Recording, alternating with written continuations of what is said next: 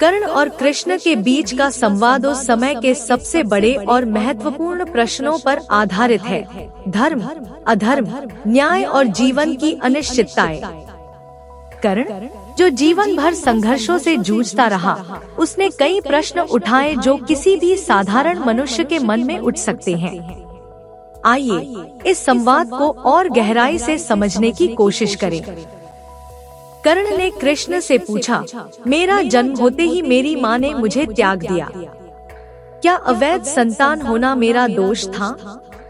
कर्ण का यह प्रश्न उसके भीतर वर्षों से उठते हुए उस दर्द का प्रमाण था जिसे उसने अपने जीवन में बार बार महसूस किया था। एक बच्चे के रूप में उसने माँ की ममता का अनुभव नहीं किया।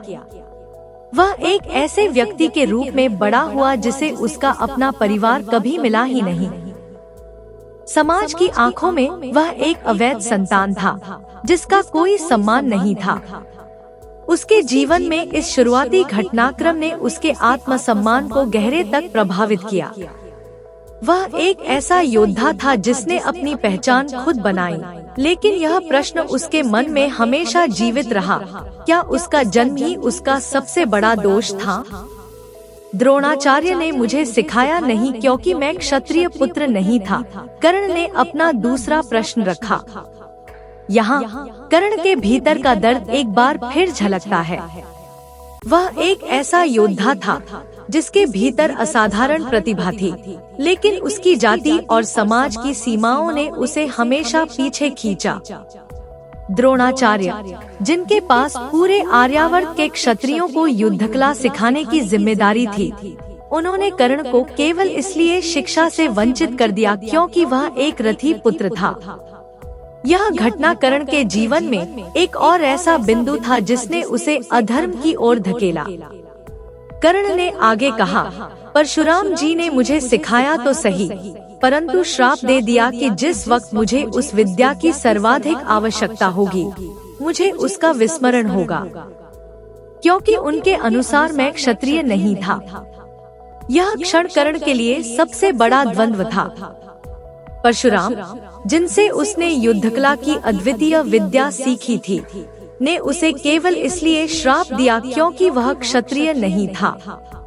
कर्ण का दर्द इस तथ्य में छिपा है कि उसने अपने जीवन का अधिकांश हिस्सा युद्धकला सीखने में व्यतीत किया, और जिस समय उसे अपनी विद्या का सर्वाधिक उपयोग करना था, वह श्राप उसे रोक देगा। केवल संयोगवश एक गाय को मेरा बाण लगा और उसके स्वामी ने मुझे श्राप दिया, जबकि मेरा कोई दोष नहीं था। कर्ण की यह बात बताती है कि कैसे उसकी किस्मत ने उसके साथ हर कदम पर छल किया। वह निर्दोष होते हुए भी अपने जीवन में बार बार ऐसी घटनाओं का सामना करता रहा जो उसे अपराधी बना देती थी। वह हर बार स्वयं को निर्दोष सिद्ध करना चाहता था, लेकिन किस्मत ने उसे इस स्थिति में डाल दिया था कि उसके हर निर्णय पर प्रश्न चिन्ह लग जाते थे। द्रौपदी स्वयंवर में मेरा अपमान किया गया। कर्ण ने अपना एक और घाव कृष्ण के सामने रखा। वह द्रौपदी स्वयंवर का वह क्षण कभी नहीं भूल पाया था जब उसे उसकी जाति के कारण अपमानित किया गया था। यह उसकी प्रतिष्ठा और उसकी युद्धकला का अपमान था। उसने इस अपमान का बोझ भी अपने हृदय में सालों तक ढोया। माता कुंती ने मुझे आखिर में मेरा जन्म रहस्य बताया भी तो अपने अन्य बेटों को बचाने के लिए। कर्ण ने अंत में वह सबसे गहरी पीड़ा व्यक्त की जो एक पुत्र के लिए सबसे बड़ी होती है, माँ का धोखा।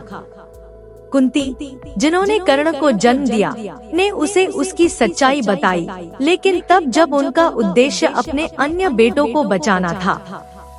कर्ण ने इसे भी अपने जीवन की सबसे बड़ी त्रासदी के रूप में देखा। जो भी मुझे प्राप्त हुआ है, दुर्योधन से ही हुआ है, तो अगर मैं उसकी तरफ से लड़ूं, तो मैं गलत कहाँ हूँ? कर्ण का यह प्रश्न उसके जीवन की सबसे बड़ी उलझन थी। वह दुर्योधन के प्रति वफादार था, क्योंकि दुर्योधन ने उसे समाज में वह मान सम्मान दिया था जिसे पाने की उसने हमेशा चाहत की थी। लेकिन यह वफादारी उसे धर्म और अधर्म के बीच उलझा रही थी।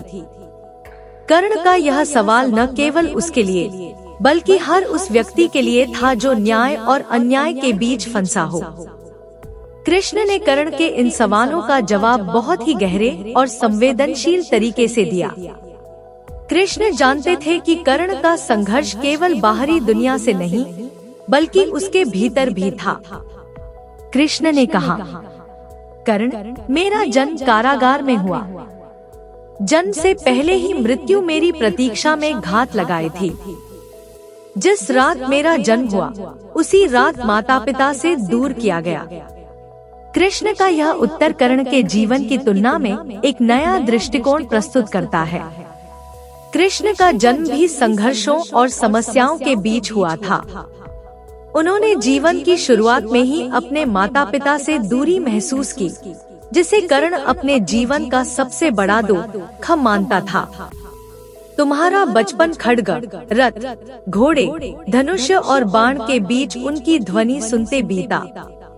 मुझे ग्वाले की गौशाला मिली, गोबर मिला और खड़ा होकर चल भी पाया, उसके पहले ही कई प्राणघातक हमले झेलने पड़े। कृष्ण ने यह स्पष्ट किया कि हर व्यक्ति के जीवन में चुनौतियां होती हैं और हर किसी को अपनी अपनी परिस्थितियों का सामना करना पड़ता है। कर्ण को राजसी शिक्षा और संसाधन मिले, लेकिन कृष्ण ने अपना जीवन गायों के बीच, ग्वालों के साथ बिताया। उन्होंने यह बताने की कोशिश की कि हर किसी के जीवन में अपने अपने संघर्ष होते हैं और यह हमारी दृष्टि पर निर्भर करता है कि हम उन संघर्षों को कैसे देखते हैं। कोई सेना नहीं, कोई शिक्षा नहीं, लोगों से ताने ही मिले कि उनकी समस्याओं का कारण मैं हूँ। तुम्हारे गुरु जब तुम्हारे शौर्य की तारीफ कर रहे थे, मुझे उस उम्र में कोई शिक्षा भी नहीं मिली थी।